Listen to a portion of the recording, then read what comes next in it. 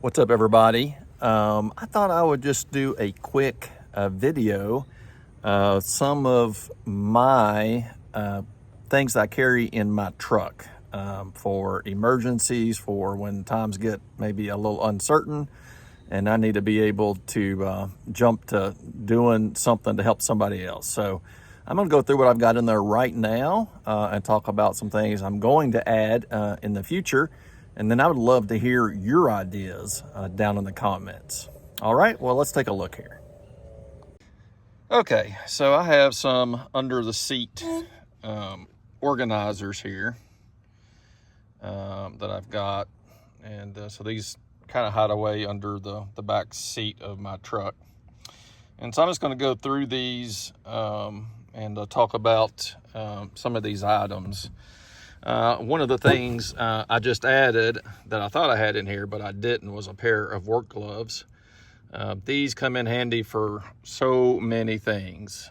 You just never know when you're going to need a pair of gloves. It could be wintertime and your car breaks down and you don't have any way to keep your hands warm.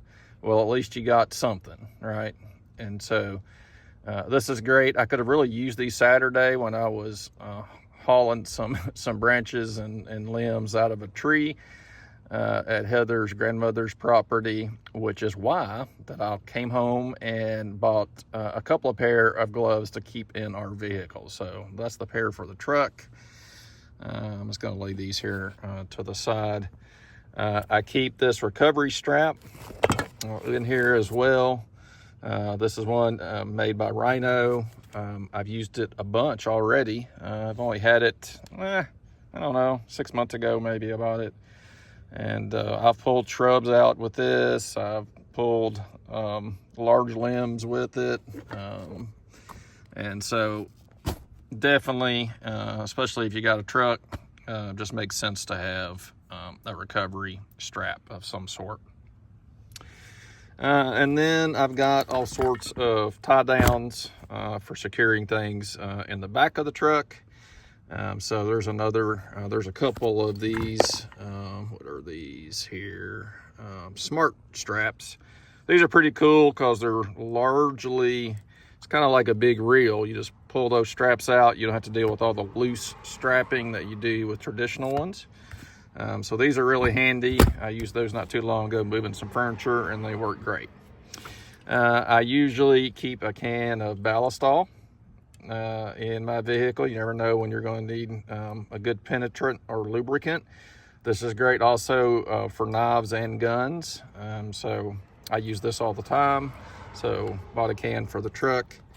I also keep at least an extra knife in here. So you'll notice this is my Rat made by Ontario Knife Company. And this is the Model 1 version.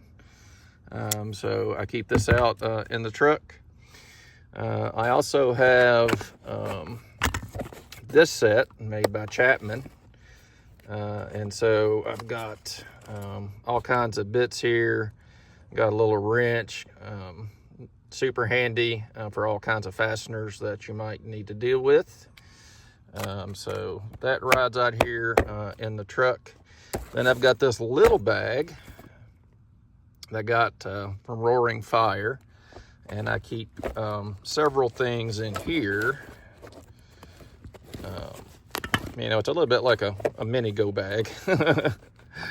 Like what would be some of the things you would want to have handy. Let me see if I can get this open one-handed here.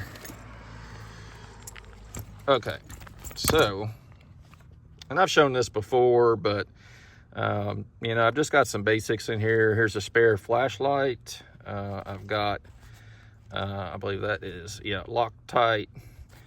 I've got a steel ruler, pen, notepad. Got a little bit of, what's in here? Oh yeah, I've got my big old honking Swiss Army knife that has all kinds of tools on it. A little bit of paracord there. So that's what's in here.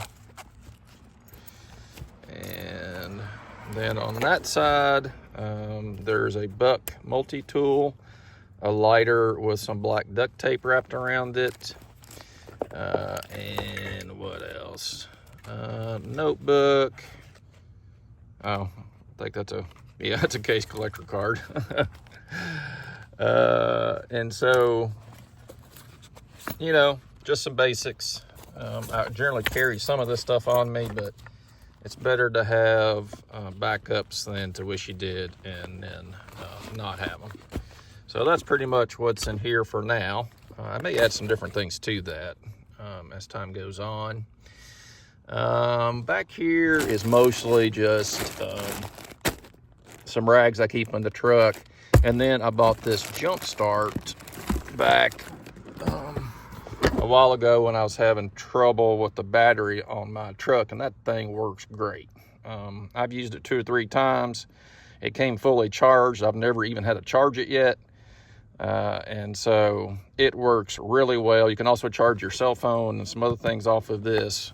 And the best part, it was less than $50 on Amazon. So, I mean, that is a no-brainer to have in your car right there.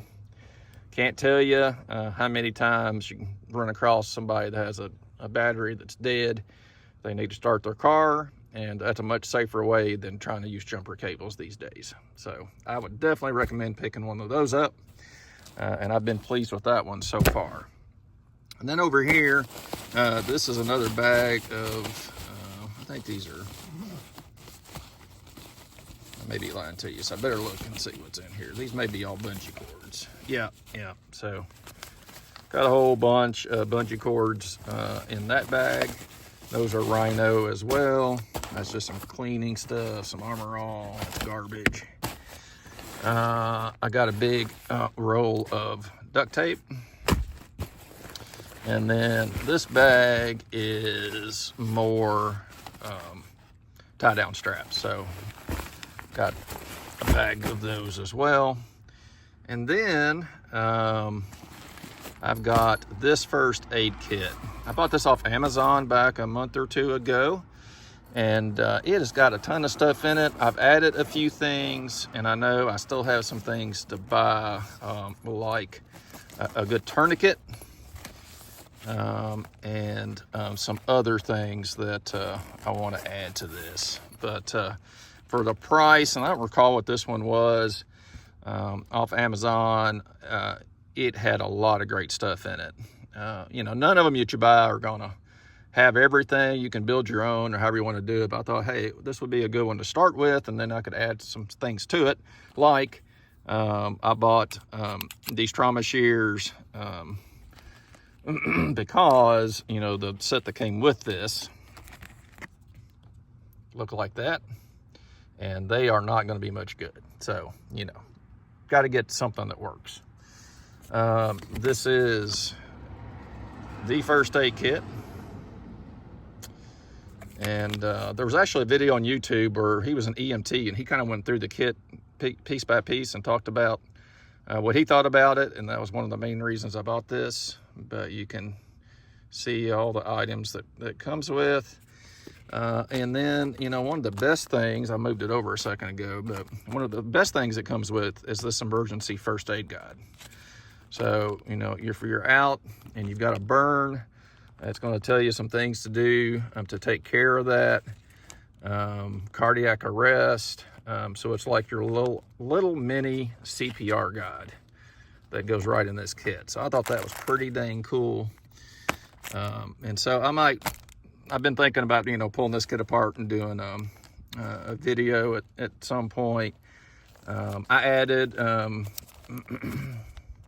I think I did. I'm not sure if it came with this big trauma pad, but I've added some other things to the original kit here. So anyway, but that's what's here. I've got pretty good size first aid kits on both of my vehicles, and I would recommend the same for you.